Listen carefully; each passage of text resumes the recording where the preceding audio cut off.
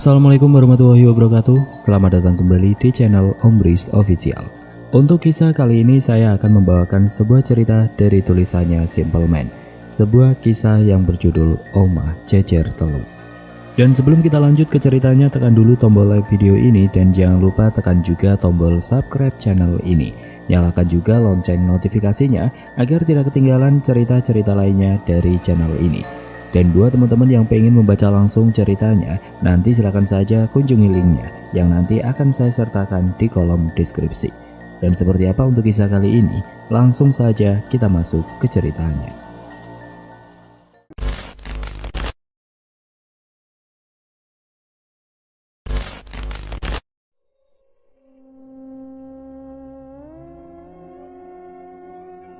Kemarin saya nggak sengaja lihat sebuah foto yang disebarkan oleh salah satu akun Twitter, di mana di kamar mandinya ditemukan cairan misterius yang kabarnya diklaim menyerupai darah.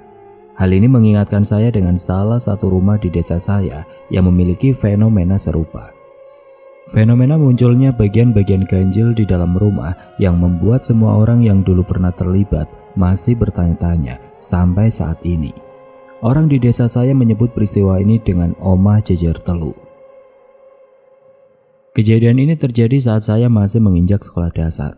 Saya lupa tahun pastinya. Yang jelas saya dan keluarga baru saja pindah rumah dari yang sebelumnya tinggal di samping rumah Rombi ke tempat baru, yaitu Omah Jejer Telu.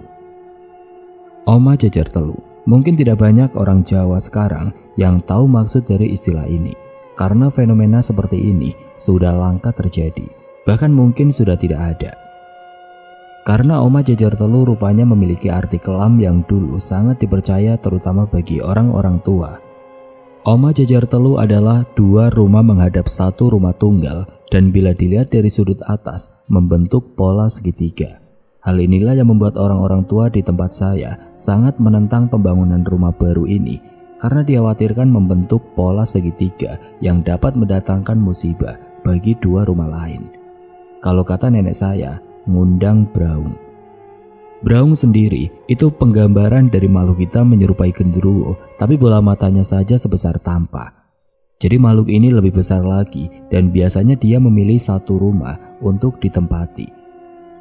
Balik ke rumah baru. Dua penghuni rumah yang sebelumnya sebenarnya sudah menentang pembangunan ini, tapi tidak bisa berbuat apa-apa karena bagaimanapun pembangunan ini dinyatakan sah. Selidik demi selidik pembangunan rumah baru ini rupanya untuk rumah kos dari pabrik gula. Terlibatnya pihak pabrik pembangunan rumah ini membuat banyak warga curiga bila pembangunan ini disengaja untuk membuat istilah Omah Jejer Telu ini terwujud. Tapi sayangnya tidak ada orang yang memiliki bukti hal ini. Lagi pula ini hanya istilah gaib yang tidak dapat dibuktikan. Hal yang membuat warga semakin curiga sebenarnya adalah lokasi. Lokasi yang dipilih pihak pabrik adalah dua rumah paling tua di desa saya. Aneh kan? Tapi sekali lagi tidak ada yang bisa membuktikan maksud dibangunnya rumah ini karena nyatanya pembangunan tetap berlanjut. Bisa dibilang terbentuklah istilah ini dari dua rumah tua dengan satu rumah baru yang membentuk pola segitiga. Hal ini diperparah dengan salah satu rumah tua tepat di halaman rumahnya terdapat kuburan keluarga. Konon setiap malam Jumat satu dari dua nisan ini bisa terbang. Tapi hal ini tidak terlalu menakutkan bila dibandingkan dengan cerita-cerita selanjutnya. Cerita nisan terbang sendiri sudah banyak disaksikan oleh warga yang berjaga. Jadi bukan hal baru, tapi yang paling menakutkan justru terjadi di rumah baru, rumah kos ini. Saya ingat cerita ini ramai dibicarakan 1 minggu setelah batu pertama diletakkan.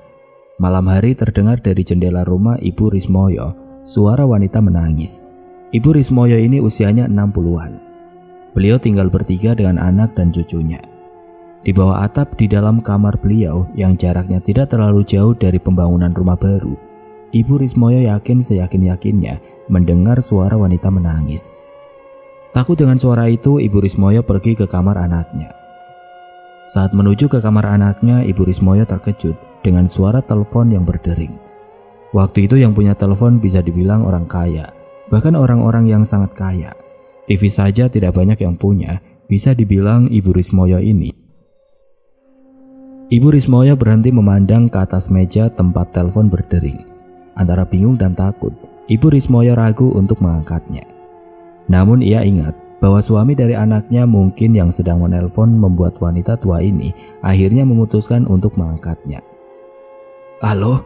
Suaranya gemetar saat menjawab telepon. Lama menunggu, Ibu Rismoyo tidak juga mendengar jawaban. Beliau mengulangi pertanyaan yang sama. "Halo?" Tetap saja siapapun yang ada di balik telepon itu pasti sedang mengerjai dirinya. Tapi saat Ibu Rismoyo mau menutup, suara tangisan dari wanita itu terdengar. Lirih sekali, sampai membuat wanita tua ini penasaran. "Halo Mbak?" Begitulah Ibu Rismoyo bertanya. Saat itu barulah suara di ujung lain itu menjawab. "Ngapunten, kula nyuwun tolong." Kaget, Ibu Rismoyo mencoba menunggu.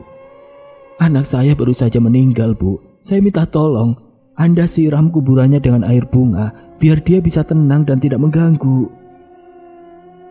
"Sampean siapa?" tanya Ibu Rismoyo, tapi suara di ujung telepon tidak menjawab. Hanya suara nafasnya yang terdengar jelas, seperti sesegukan saat seseorang sedang menangis. Malam itu bulu kuduk Ibu Rismoyo sebenarnya sudah berdiri, namun beliau masih mencoba untuk kuat menunggu. Saat itulah, suara menangis yang sebelumnya terdengar lirih itu berubah menjadi suara tertawa cekikikan. Ibu Rismoyo ketakutan sekali, sampai langsung menutup telepon. Tapi tidak lama kemudian suara telepon kembali berdering. Ibu Rismoyo merasa ada yang mengawasi dirinya. Di ruang tengah, dalam kondisi lampu dimatikan, Ibu Rismoyo berdiri mematung melihat telepon yang terus. Akhirnya setelah berpikir bahwa mungkin memang ada yang sedang mengerjai beliau, Ibu Rismoyo memberanikan diri mengangkat telepon sambil membentak. Sekali lagi hening, Ibu Rismoyo tidak mendengar jawaban apapun dari entah siapa yang ada di ujung telepon. Sampai akhirnya lagi-lagi suara tangisan dari wanita itu terdengar. Kali ini Ibu Rismoyo mendengarnya secara langsung. Suara itu terdengar dekat sekali. Tanpa menggunakan telepon, Ibu Rismoyo bisa mendengar suara itu secara langsung. Hal ini membuat Ibu Rismoyo berniat untuk pergi, seperti tahu apa yang akan dilakukan wanita tua itu. Sosok misterius di telepon itu lalu berkata, "Saya sebenarnya ada di samping Anda." Ibu Rismoyo menoleh melihat seluruh ruang tengah, namun beliau tidak mendapati siapapun di sini. Ketakutan sudah menguasai wanita malang itu. Dia membanting telepon lalu bergegas lari ke kamar anaknya. Sampai di sudut matanya, ia melihat sosok wanita menggendong bayi yang masih merah. Tapi Ibu Rismoyo tidak lagi peduli. Ia sudah melesat masuk ke dalam kamar anaknya. Anaknya terbangun melihat ibunya menatap dirinya dengan ekspresi ketakutan. "Ada apa, Bu?" Ibu Rismoyo hanya menggelengkan kepala. Dia tidak bisa bicara. Setelah kejadian malam itu, Ibu Rismoyo tidak lagi bisa bicara. Selain itu, dia juga sering menjerit bila ditinggal sendirian di rumah. Hal ini membuat menantunya yang tinggal di luar kota memutuskan untuk pulang, tapi semua ini baru saja dimulai. Pembangunan rumah baru ini awalnya direncanakan memiliki 2 lantai, hal yang membuat warga geleng kepala. Siapa orang yang ada di balik pembangunan rumah ini? Namun sayangnya, saat pengecoran tiba-tiba pembangunan berhenti, bertepatan dengan dikeluarkan surat pabrik gula bangkrut. Bisa dibilang setelahnya rumah ini menjadi terbengkalai meski bangunan sudah selesai. Kos yang awalnya untuk para pekerja akhirnya tidak laku, karena satu-satunya penunjang diadakannya kos ini adalah karena pabrik gula. Kalau pabrik gula bangkrut, siapa yang mau kos? Selama berbulan-bulan rumah ini akhirnya dibiarkan kosong. Suatu malam penghuni rumah di seberang melihat ada yang janggal dari rumah ini. Di mana di dalam rumah kosong dia melihat sebuah cahaya. Satu hal yang membuat dirinya penasaran, siapa yang masuk ke dalam rumah ini. Berbekal sarung tersampir di badan dengan senter jumbo di tangan, Pak Ageng keluar dari rumahnya. Beliau berniat untuk memeriksa rumah kosong ini, takutnya bila ada maling bersembunyi. Ia menyeberang jalan lalu menggeser pagar yang menutupi rumah kosong lalu melangkah masuk. Pak Ageng memeriksa setiap sudut rumah tapi dia tidak menemukan apapun yang bisa menjawab pertanyaannya tadi. Kesempatan ini digunakan Pak Ageng untuk melihat-lihat keseluruhan rumah. Beliau menemukan 4 kamar dengan dapur umum. Selain itu ada 1 kamar mandi. Sayang sekali, rumah sebesar ini dibiarkan kosong seperti ini. Saat itulah dari jauh Pak Ageng mendengar suara wanita menangis. Suaranya terdengar jelas dari halaman belakang rumah yang waktu itu masih ditumbuhi pohon-pohon pisang. Kadang saat seseorang sudah penasaran, ia akan mengesampingkan rasa takut atas kebodohan yang akan dia lakukan. Hal inilah yang terjadi dengan Pak Ageng. Berbekal keberanian sebesar biji jagung, dia memutuskan untuk memeriksa bagian belakang rumah yang konon tidak pernah didatangi siapapun. Pintu kayu yang menutupi bagian belakang rumah dipindahkan oleh Pak Ageng. Sementara suara itu terdengar semakin jelas, membuat dirinya semakin yakin bila yang dia dengar ini adalah nyata. Melangkah keluar, Pak Ageng tidak mendapati apapun selain pemandangan pohon pisang. Saat itu Pak Ageng terus mencari di mana sumber suara tersebut karena ia merasa yakin masih mendengarnya. Saat itulah tanpa sengaja senter jumbo Pak Ageng menangkap sesuatu di jendela Ibu Rismoyo. Rupanya wanita tua itu sedang mengamati dirinya dari dalam kamarnya. Pak Ageng akhirnya memutuskan untuk mendekati jendela Ibu Rismoyo yang sedang melihat dirinya dari balik kaca hitam. Ada yang aneh dengan wanita tua ini. Pak Ageng belum pernah melihat beliau menggerai rambut panjangnya sembari menempelkan wajahnya dengan dua tangan tepat di kaca. Tepat berdiri di hadapannya, Pak Ageng akhirnya mengetuk kaca jendela wanita tua itu yang sama sekali tidak bergerak. Bu, Anda ini sedang lihat apa? Kok sampai kayak gitu? Ibu Rismoyo masih... Saat itulah Ibu Rismoyo tersenyum menyeringai kepada Pak Ageng yang membuat lelaki parubaya itu merasa ada yang ganjil dengan wanita tua di hadapannya ini. Ibu Rismoyo seperti mengatakan sesuatu, namun Pak Ageng tidak bisa mendengar dengan jelas maksud ucapannya. Ibu Rismoyo terus mengetuk-ngetuk kaca dengan telunjuknya. Butuh waktu lama untuk Pak Ageng tahu kalau Ibu Rismoyo sedang berusaha mengatakan, "Di belakangmu." Pak Ageng terdiam mematung, suara tangisan itu kini terdengar semakin jelas. Subuh, Pak Ageng ditemukan oleh Mbak Nani saat sedang menyapu halaman depan. Ia menemukan lelaki parubaya itu kejang-kejang. Ramai orang datang mencari tahu apa yang sebenarnya terjadi, tapi saat Pak Ageng ditanya, dia hanya bisa menjawab dengan kosakata tidak lengkap. Ia menyebut Anin, sambil menunjuk-nunjuk siapapun yang ada di depannya. Semua orang hanya saling melihat satu sama lain, tidak mengerti maksud Pak Ageng. Tapi ketika Ibu Rismoyo datang menjenguk, Pak Ageng menjerit-jerit menyuruh wanita itu keluar. Ingat! Mbak Nani merasa tersinggung ibunya diperlakukan seperti itu. Dia berkata bila Pak Ageng tidak tahu terima kasih. Hal ini membuat orang-orang yakin kalau ini adalah tanda-tanda oma jajar telu yang biasanya diawali dengan sesama tetangga saling bermusuhan. Kejadian ini terus berlanjut, banyak warga yang menemukan keganjilan yang semakin aneh. Salah satunya menemukan Ibu Rismoyo, biasanya berdiri di depan pintu rumah kosong, seorang diri, seolah-olah melihat sesuatu. Saat diingatkan, dia akan menoleh sambil ngiri setan, yang membuat merinding. Tidak hanya itu, di tengah malam beberapa orang pernah bersaksi bila melihat Pak Ageng sedang bermain-main di got depan rumah kosong, seperti mencari sesuatu di sana. Setiap mau didekati, Pak Ageng akan merangkak masuk ke dalam rumah, membuat orang yang melihatnya memutuskan untuk pergi. 2 tahun setelah kosong, akhirnya ada keluarga baru yang mengatakan berminat mengontrak rumah ini. Hal ini disampaikan kepada RT setempat. Meski sempat diingatkan kalau rumah ini tidak beres, keluarga baru ini bersikeras. Katanya dia tidak peduli dengan hal ini. Karena rumah ini sebelumnya selesai ala kadarnya, keluarga baru ini harus sedikit menguras isi dompet untuk memperbaiki di sana sini. Ia berkata kalau merasa berjodoh dengan rumah ini dan berniat membelinya kalau dia rasa cocok dalam waktu berjangka. Akhirnya Pak RT menyerah. Rumah yang sebelumnya terbengkalai kini terlihat lebih baik. Keluarga baru ini terdiri dari seorang lelaki muda, sebut saja Pak Ridwan, bersama istri dan kedua anaknya. Anak sulung berusia 6 tahunan, sedangkan si bungsu masih menyusui. Malam ini adalah malam pertama bagi mereka. Kebetulan kamar di sebelah utara menghadap ke rumah Ibu Rismoyo, sedangkan ruang tamu menghadap ke rumah Pak Ageng. Setiap malam anak bungsunya tidak pernah berhenti menangis. Hal ini membuat Pak Ageng dan istrinya tidak bisa tidur, sementara anak sulungnya berlarian di ruang tengah. Namun tidak ada yang lebih membuat Pak Ridwan merasa heran saat menemukan Pak Ageng berdiri di gerbang rumahnya, mematung menatap kosong ke arah rumahnya. Hal ini terjadi setiap malam antara pukul 12 malam saat Pak Ridwan menenangkan anaknya di ruang tamu.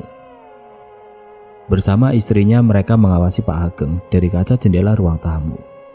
Takut terjadi hal-hal yang tidak diinginkan, Pak Ridwan keluar untuk mengingatkan Pak Ageng, tapi lelaki itu justru tersenyum sebelum melangkah mundur.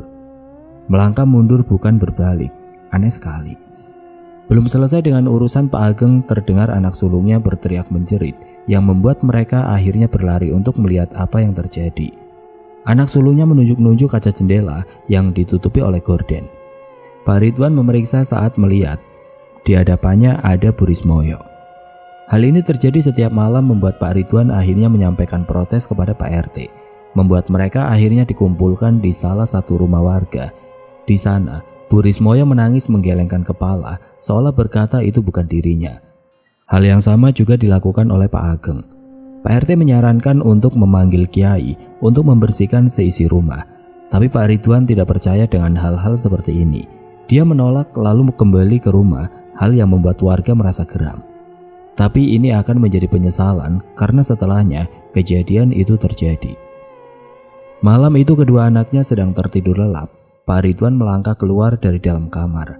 Ia merasa tenggorokannya kering saat dia menuju ke dapur dan tiba-tiba dia mendengar suara seorang wanita sedang menangis. Suaranya berasal dari dalam kamar mandi. Pak Ridwan berjalan menuju ke sumber suara di mana dirinya menemukan bayangan seseorang dari bawah pintu. Ragu bila benar-benar ada orang di dalam, Pak Ridwan mendorong pintu melihat siapa yang berada di sana sebelum Pak Ridwan sadar dirinya berhalusinasi karena dia tidak melihat siapapun ada di. Anehnya, ia masih saja mendengar suara wanita menangis. Pak Ridwan melangkah masuk melihat isi di dalam bak mandi, namun sekali lagi dirinya tidak menemukan apapun. Saat ia berbalik, Pak Ridwan mendapati istrinya menggendong si bungsu. "Dek, ngapain?" tanya Pak Ridwan. Istrinya tidak menjawab. Ia ikut masuk ke dalam kamar mandi sembari bergumam seorang diri. Ia menimang-nimang si bungsu sebelum menenggelamkan tubuh anaknya ke dalam bak mandi. Salah satu hal yang membuat Pak Ridwan langsung mendorong wanita itu. Sambil memegang kepalanya, istri Pak Ridwan menjerit. Menangis sekeras mungkin, Pak Ridwan merasa keheranan. Ia berteriak apa maksudnya dia melakukan hal gila tersebut. Saat kemudian istrinya melihat Pak Ridwan, menunjuk-nunjuk Pak Ridwan sambil berkata, "Lihat anakmu." Pak Ridwan melihat si bungsu yang ada di pelukannya dan saat itulah dia baru menyadari bahwa yang ia gendong rupanya bukan anaknya. Ia lebih menyerupai bayi yang terlihat seperti seonggok daging berlumuran darah. Pak Ridwan melemparkan benda itu, berlari menuju ke tempat istrinya. Pak Ridwan masuk ke dalam kamar tapi tidak mendapati kehadiran istri dan kedua anaknya. Hanya kamar kosong dengan pemandangan di jendela di mana Ibu Rismoyo sedang melihat dirinya. Sadar rumah ini membuat dirinya enggak waras, Pak Ridwan berlari keluar rumah. Di sana, dia melihat istri dan kedua anaknya sedang berdiri melihat Pak Ridwan. Dengan tatapan cemas, malam itu juga mereka menjelaskan semua kejadian ini kepada Pak RT yang keesokan harinya memutuskan untuk memanggil kiai. Apakah semua ini berakhir sampai di sini? Sepertinya tidak. Sebenarnya warga terutama Pak RT sudah bersikap sangat baik. Mereka mau membantu mencarikan kiai untuk membantu membersihkan rumah tersebut. Tapi keluarga Pak Ridwan terutama Pak Ridwan menolak tawaran tersebut. Kenapa? Karena beliau lebih percaya dengan seorang guru-guru spiritual yang pernah dekat dengan keluarga Pak Ridwan. Jadi bisa dibilang Pak Ridwan yang sehari-hari memiliki latar belakang sebagai seorang pemborong ini justru punya guru spiritual keluarga.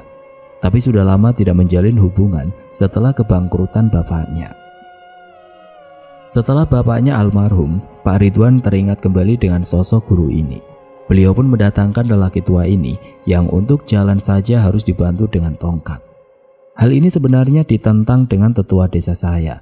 Tapi Pak Ridwan mengeyel berkata bahwa beliau sudah keluar uang banyak untuk rumah ini. Warga pun mengalah. Para tetangga di samping rumah Pak Ridwan merasa ada sesuatu yang tidak enak akan terjadi. Tapi apa daya, mereka tidak bisa berbuat apa-apa. Jadi apa yang dilakukan oleh guru spiritual ini adalah satu-satunya yang saya ingat tentang rumah ini, di mana ritual dilakukan di hadapan beberapa warga seperti tontonan saja. Pertunjukannya sendiri dilakukan di belakang rumah Pak Ridwan. Malam itu bertepatan dengan Kamis Legi, kalau tidak salah ingat. Orang tua itu yang disebut guru seperti paranormal pada umumnya. Duduk bersila di atas tanah sambil menggeleng-gelengkan kepalanya. Beberapa kali dia membuka mata melotot pada sudut-sudut tertentu. Beberapa kali dia juga tertawa sendirian. Malam yang awalnya tenang tapi mendadak seperti ada sesuatu yang benar-benar membuat siapapun yang di sana merasa gelisah. Saya yang masih anak-anak akhirnya disuruh pulang oleh orang-orang tua. Mereka bilang hal seperti ini tidak untuk dilihat. Tahu apa yang saya lihat sebelum pergi? Orang yang menyebut dirinya guru itu memukul-mukul telapak tangannya pada sebatok kelapa, lalu merobek kulit keras buah tersebut dengan sekali cabik. Lalu menuangkan isi buah tersebut yang di dalamnya tidak berisi air, tapi sesuatu yang hitam kental. Saya yang melihat merasa mual, karena benda itu diletakkan di atas tanah, butuh 4-5 buah kelapa, sampai membentuk gumpalan yang sampai hari ini saya tidak tahu itu apa. Setelahnya dia menari seperti peran dalam pertunjukan ludruk. Sambil bergerak seperti tokoh wayang, dia berbicara sendiri, marah-marah sendiri sambil menunjuk-nunjuk beberapa tempat. Saya yang masih penasaran sudah mencoba mencuri-curi lihat, tapi orang-orang tua waktu itu sampai harus memaksa kami untuk pulang. Jadi saya tidak tahu akhir pertunjukannya seperti apa. Yang saya tahu adalah hasil dari pertunjukan itu yang saya dengar dari mulut anak-anak yang lebih tua. Mereka melihat sampai pertunjukan berakhir di mana seluruh anggota keluarga Pak Ridwan diberi jimat khusus yang katanya diambil dari jantung pohon pisang. Untuk anak-anak Pak Ridwan diberi kalung berbentuk persegi 4 berwarna hitam yang disebut suwuk. Sedangkan Pak Ridwan diberi kemuning seperti keris, hanya saja lebih kecil, ukurannya sebesar ibu jari. Lalu apa yang terjadi sebenarnya? Begini, rupanya di belakang rumah, tepat di kiri pondasi ditemukan sebuah kuburan tua yang digali serampangan, lalu ditutup oleh semen. Saat diperiksa oleh warga atas perintah dari orang yang menyebut dirinya guru, ditemukan sebuah kuburan bayi. Hal yang ganjil dari semua ini adalah tidak ada yang tahu siapa pemilik bayi malang itu yang dipendam di samping pondasi rumah. Pak RT waktu itu sangat terkejut mendengarnya. Awalnya tidak ada yang percaya, tapi setelah dibuktikan rupanya benar. Ditemukan tulang dengan kain yang sudah tidak berbentuk. Yang menjadi masalah adalah siapa pemilik dari jasad bayi malang tersebut. Guru itu menyebut bila ada sesuatu yang mengganggu dirinya tentang pentingnya identitas penemuan ini. Dia hanya berpesan untuk menguburkan jasad ini lebih layak, sementara beliau mau mencari sendiri. Akhirnya, kuburan itu dipindahkan ke kuburan umum desa. Tapi siapa sangka, justru ini adalah awal semuanya. Awal dari sesuatu yang lebih berbahaya bersemayam di dalam rumah ini. Berhari-hari setelah pertunjukan, si guru itu tidak ada yang terjadi. Anak-anak Pak Ridwan mengenakan suwuk mereka, sementara kemuning yang didapat Pak Ridwan disimpan dalam lemari. Keluarga Pak Ridwan tidak lagi diganggu oleh makhluk yang kadang menyerupai wujud tetangganya itu. Tapi semua ini hanya sementara saja, karena pada malam itu Pak Ridwan baru pulang dari luar kota. Waktu itu belum ada yang punya handphone, hanya telepon rumah. Pak Ridwan menghubungi rumah dari wartel di samping jalan tol, ingin mengabarkan bahwa sebentar lagi ia pulang. Pak Ridwan menekan tombol telepon rumahnya. Tidak beberapa lama seseorang di ujung mengangkat panggilannya. Itu adalah istri Pak Ridwan. Mereka saling berbicara satu sama lain, tapi ada yang aneh. Sayup-sayup Pak Ridwan mendengar suara lain. Suara seperti merintih menangis. Suaranya pelan sekali. Pak Ridwan bertanya, "Dek, Acung nangis?" Acung adalah si bungsu. Mendengar hal ini, istri Pak Ridwan awalnya diam saja. Ia berkata kalau si Acung sedang tidur. Pak Ridwan lalu diam sebelum bertanya kembali, "Beneran? Kok kayak ada yang nangis?" Selama perjalanan bis malam, Pak Ridwan tidak bisa duduk dengan tenang. Wajahnya terlihat resah. Entah kenapa setelah menghubungi istrinya, justru malah membuat Pak Ridwan khawatir terjadi sesuatu dengan keluarganya. Hal ini ditangkap oleh seorang kernet bis yang melihatnya. "Ada apa, Pak? Kok sepertinya ada masalah?"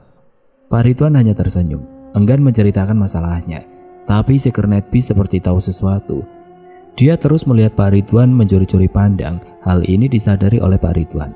Saat Pak Ridwan mengatakan di mana dia akan turun, si kernet lalu berujar, "Pak, nanti kalau pulang gak ada salahnya mencuci kaki terlebih dahulu dan jangan lupa untuk melihat bayangan." Pak Ridwan tidak mengerti maksud pemuda yang usianya mungkin setengah dari usianya. Ia hanya mengangguk saat bis mulai memelankan laju kecepatan sebelum Pak Ridwan melangkah turun. Bis kembali melanjutkan perjalanan. Kernet itu masih memandang Pak Ridwan. Jarak antara jalan raya dengan rumah tidak terlalu jauh. Pak Ridwan berjalan sendirian menuju ke rumah, tapi entah kenapa saat ia sedang berjalan, seperti ada yang terus membuntuti dirinya. Hal ini membuat Pak Ridwan berkali-kali harus berhenti melihat ke belakang, tapi anehnya tidak ditemukan siapa-siapa. Setiap kali langkah Pak Ridwan terdengar, lagi-lagi perasaan seakan-akan ada yang membuntuti dirinya terasa lagi semakin lama semakin intens. Pelan-pelan Pak Ridwan mulai merinding, terutama saat suara-suara mulai terdengar di telinganya. Ia sampai di rumah dini hari. Setelah mengambil kunci dari kantung celananya, Pak Ridwan melangkah masuk. Hal pertama yang dilakukan adalah menuju ke kamar tempat istri dan anaknya sedang tidur. Tapi ada kejadian aneh karena sebelum Pak Ridwan masuk ke kamar istrinya, ia melihat si sulung mengintip dari pintu kamarnya. Saat Pak Ridwan melihat itu, si sulung langsung menutup pintu lagi. Hal ini membuat Pak Ridwan termenung sejenak. Ia merasa semakin janggal. Ada apa dengan anaknya? Kenapa dia belum tidur? Hal yang tidak biasa bagi si sulung. Pak Ridwan mengurungkan niat masuk ke kamar. Ia sekarang mendekati pintu si sulung, di mana Pak Ridwan lalu mengetuk pintu kamarnya. Namun tidak ada jawaban dari dalam kamar, tetapi Pak Ridwan mendengar dengan jelas di balik pintu si sulung seperti bersandar di sana, tertawa cekikikan. Pak Ridwan mulai mengetuk pintu sembari memanggil nama anaknya. "Mbak, buka mbak, kok belum tidur?" teriak Pak Ridwan tapi tidak ada jawaban.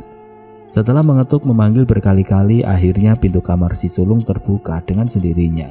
Pak Ridwan melangkah masuk.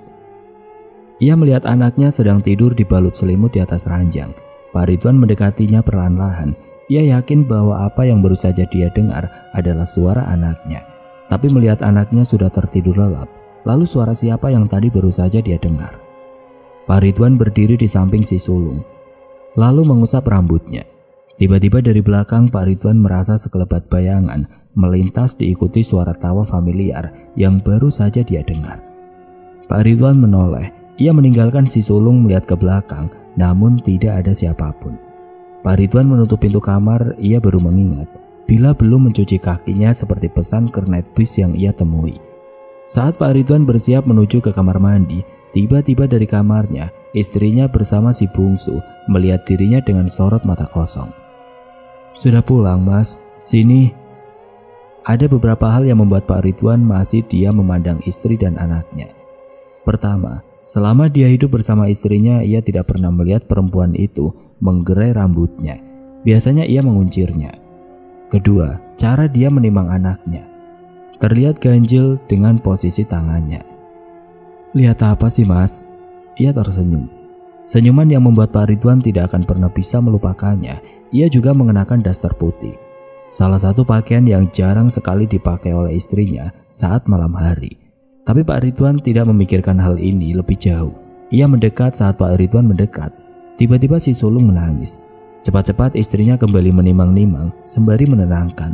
Saat itulah Pak Ridwan akhirnya berbalik menuju kamar mandi, lalu mencuci kedua kaki serta tangannya. Tapi saat ia sedang melakukan hal itu, di belakangnya, tepat di belakangnya Pak Ridwan melihat si bungsu berdiri melihat dirinya. Hal ini membuat lelaki itu cukup terkejut. Sejak kapan si bungsu bisa berdiri? Merangkak saja dia nggak bisa. Tidak lama dari belakang istrinya datang tersenyum lalu berkata, "Acung pinter mas, iso melaku." Malam itu Pak Ridwan menimang Acung sendirian di ruang tengah. Ia ingin anak itu tidur sementara istrinya mengawasi dirinya dari atas kursi. Saat itu beberapa kali Pak Ridwan melihat ke arah kamar si sulung, di mana ia melihat gadis itu lagi-lagi mengintip lalu menutup pintu lagi. Hal ini terjadi berulang-ulang kali. "Dek, itu anakmu kok nggak tidur?" "Siapa?" "Si Mbak, itu loh ngintip terus." Istri Pak Ridwan tertawa kecil lalu berkata, "Biarkan saja, nanti kalau lelah juga tidur sendiri." Pak Ridwan hanya diam mendengarnya. Semua semakin aneh. Saat itulah suara telepon berdering. Pak Ridwan menoleh melihat istrinya yang kebetulan juga melihat dirinya. Siapa dini hari seperti ini menelpon? Pak Ridwan sembari menggendong Acung mengangkat telepon. Ia masih bisa melihat si sulung mengintip dirinya. Halo? Mas di rumah? Pak Ridwan hanya diam mendengarkan. Aku dari sore ke rumah ibu sama anak-anak. Tadi sudah tahu hubungi tempatmu kerja. Katanya kamu udah balik. Gak tahu kenapa aku gak tenang. Makanya aku nelpon, Mas. Pak Ridwan melirik istrinya masih memandang dirinya, memperhatikan. Pak Ridwan menutup telepon, lalu berjalan meninggalkan istrinya masuk ke kamar. Sesaat kemudian dia mengikuti dirinya. Tidak hanya itu, si sulung juga mengikuti, sementara acung masih ada di tangannya. Pak Ridwan membuka lemari, mencari di mana kemuningnya disimpan. Semakin lama acung terasa semakin berat. Pak Ridwan berusaha tetap tenang, sembari tangannya membongkar baju satu persatu. Tapi ia tidak kunjung menemukan benda ini. Saat itulah, dari bayangan kaca di lemari, Pak Ridwan melihat acung anaknya, rupanya menyerupai bocah kecil gundul. Sosok yang menyerupai istrinya masih berdiri, diam tidak bergerak. Pak Ridwan mendorong pintu lemari mengarahkannya pada si sulung yang berdiri malu-malu di samping pintu kamar.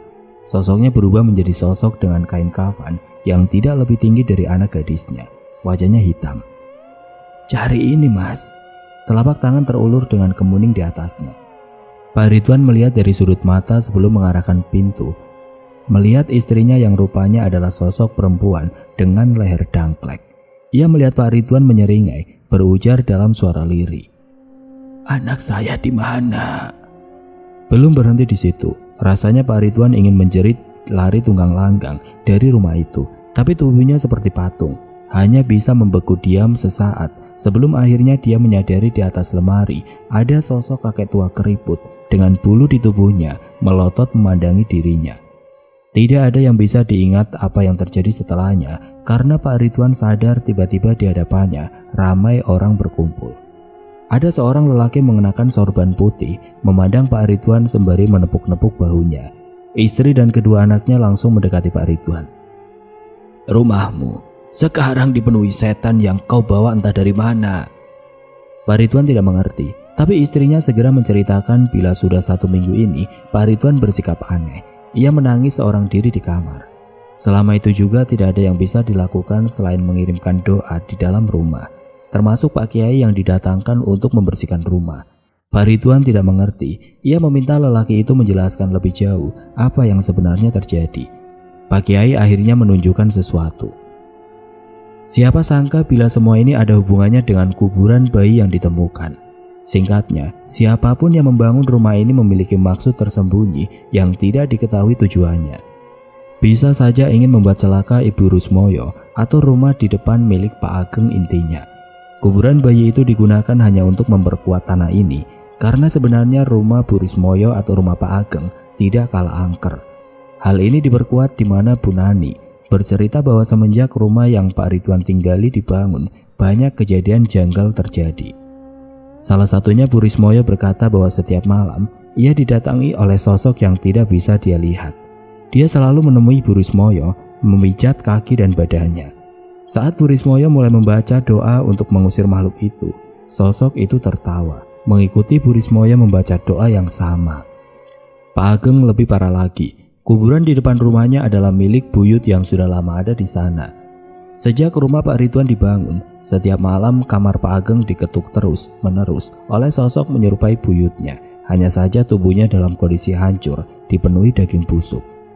Pak Kiai mengatakan semua itu dimulai dari kedatangan bayi yang dikubur di sini. Semenjak bayi itu dipindah, sosok yang menjaga tempat ini yang dipercaya sebagai ibu dari bayi tersebut mulai menerima semua demit, mengundangnya ke tempat ini. Namun semua sudah berakhir. Pak Kiai menunjukkan botol bening kecil yang ditutup dengan kertas berwarna kuning, diikat dengan akar serabut. Ia meminta izin kepada Pak Ridwan menanam benda itu di bawah pondasi rumah ini. Namun Pak Kiai melarang keras siapapun untuk menggali dan membuka penutup botol ini. Pak Ridwan tampak bingung, kenapa harus ditanam di rumahnya? Kenapa tidak di rumah Ibu Rusmoyo atau Pak Ageng? Hal ini membuat dua keluarga itu langsung berdiri lalu menunjuk Pak Ridwan. Sejak Pak Ridwan memanggil guru tersebut, tanpa sadar rumah ini adalah sumber masalahnya. Tapi Pak Kiai menjelaskan bahwa alasan yang sebenarnya karena rumah ini yang dipilih oleh Braung untuk tinggal. Pak Kiai tidak keberatan menunjukkannya kepada Pak Ridwan, namun lelaki itu menolak. Selain itu sebenarnya makhluk yang sekarang disimpan di dalam botol bisa saja dibuang ke alas Purwo atau alas-alas di timur. Tapi percuma saja, mereka sudah kadung kerasan dengan tanah di Oma Jejer Teluk, sehingga tidak akan menyelesaikan masalah. Dengan menanam botol di rumah ini setidaknya tidak akan ada lagi gangguan apapun selama Pak Ridwan tinggal. Asalkan rumah kembali bersih dengan diisi oleh doa-doa yang menenangkan. Pak Ridwan akhirnya setuju. Satu hal yang membuat keluarga Rismoyo dan Pak Ageng lega mendengarnya. Tapi 1 minggu kemudian Pak Ridwan bersama keluarga memutuskan pindah rumah. Hal yang cukup mengejutkan, tapi tidak ada yang bisa melarang keputusan keluarga Ridwan. Ia sudah mengikhlaskan semua uang untuk membangun rumah ini, meski hasil akhirnya ia tidak jadi membeli rumah ini. Berikutnya, rumah ini akhirnya dialihfungsikan menjadi tempat kos murah bagi anak-anak yang bekerja di pabrik kertas yang baru didirikan. Di sini, babak kedua rumah ini dimulai.